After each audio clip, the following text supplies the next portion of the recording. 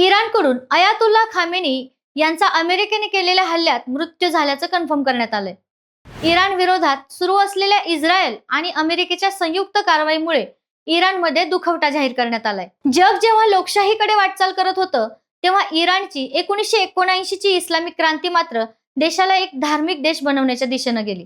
यात महत्वाची भूमिका होती अयातुल्ला खामेनी आणि त्यांच्या इस्लामिक रिपब्लिकची. त्यामुळे खामेनी यांचा मृत्यू इराणसाठी मोठा धक्का मानला जातोय.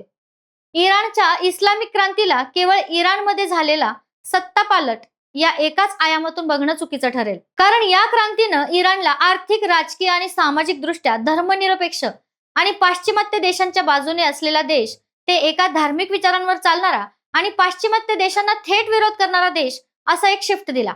यात महत्वाचा वाटा असणारे खामेनी हे इस्लामिक क्रांतीचे हिरो मानले जायचे. त्यांनी इराणमध्ये सत्तेत असलेल्या शहाला कसं पायउतार केलं आणि खामेनी या क्रांतीचे हिरो कसे ठरले ते विस्ताराने पाहूयात. इतिहास सांगतो की जेव्हा सत्तेत असणाऱ्या राजाच्या विरोधात जनतेत असंतोष निर्माण होतो, त्यावेळी एका नव्या नायकाचा जन्म होतो. इराणमध्येही तेच झालंय. इराणच्या क्रांतीचे जनक म्हणून अयातुल्ला खामेनी यांचा उदय झाला. खामेनी हे इराणमध्ये उलेमा होते. इस्लामचं ज्ञान असणारे, त्यांना मानणारा मोठा वर्ग इराणमध्ये होता.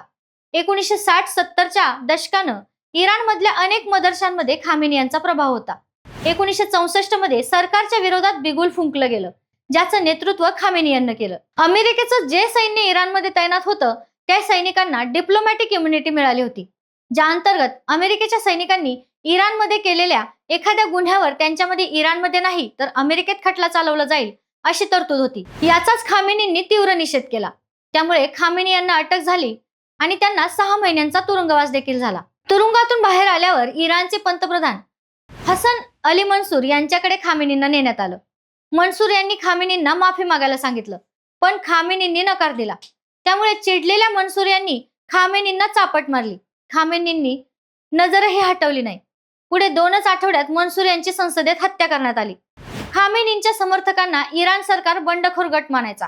त्यांच्याच एका समर्थक गटाने मंसूर यांना मारल्याचं बोललं जाते. मात्र या घटनेनंतर अयातुल्ला खामेनी यांनाही हद्दपार करण्यात आलं, तब्बल 14 वर्ष. खामेनी जरी हद्दपार असले तरी त्यांनी त्यांचे विचार इराणमध्ये रुजवण्यासाठी पुरेपूर प्रयत्न केले. त्यासाठी त्यांनी हुशार लोकांची निवड केली होती.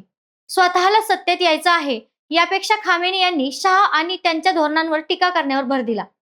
खामेनी यांचे लेख आणि भाषणं ही इराणच्या लोकांपर्यंत पोहोचवली जात होती. 14 वर्ष बाहेर राहिले तरी इराणच्या सरकारला असणारा विरोध खामेनी यांनी मावळू दिला नव्हता. शिया बहुल देशाला धर्मनिरपेक्ष बनवण्याची इच्छा ठेवणाऱ्या शाह सत्तेच्या विरोधात खामेनी यांनी मात्र लोकांना शिया धर्माचा हवाला दिला. यात अनेक मुस्लिमांनी देखील त्यांना साथ दिली. इराणच्या क्रांतीसाठी खामेनी यांचं नेतृत्व जितकं महत्वाचं ठरलं, तितकंच सरकारच्या विरोधातला लोकांचा असंतोषही तितकाच वाढला. तेहरानमध्ये आंदोलन करणाऱ्या लोकांवर इराण पोलिसांनी गोळीबार केला.